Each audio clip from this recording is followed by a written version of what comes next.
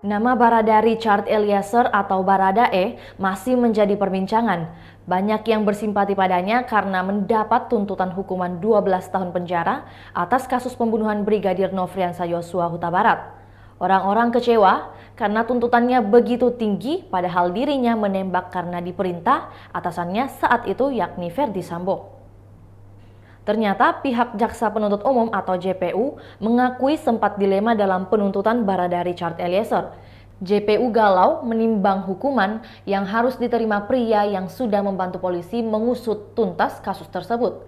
Dalam perkara dugaan pembunuhan berencana tersebut, membuat JPU dilema karena di sisi lain, Eliezer sebagai eksekutor dan saksi pelaku yang bekerja sama membongkar peristiwa penembakan Brigadir J.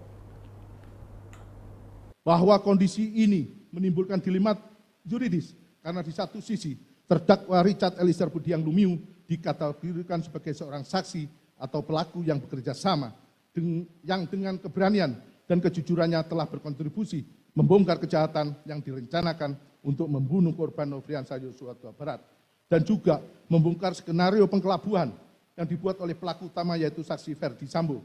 Namun di sisi lain namun di sisi lain, peran dari terdakwa Richard Eliezer Budiang Lumiu sebagai eksekutor dari penembakan terhadap korban Nofriansah Yosua Huta Barat perlu juga dipertimbangkan secara jernih dan objektif.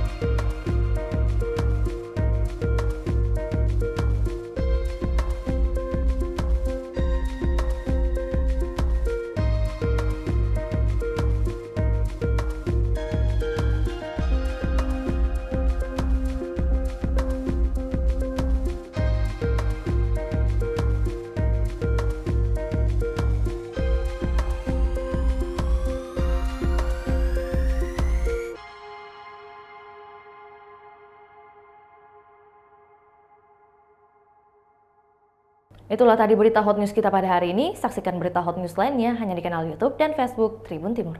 Terima kasih sudah nonton. Jangan lupa like, subscribe, dan share ya.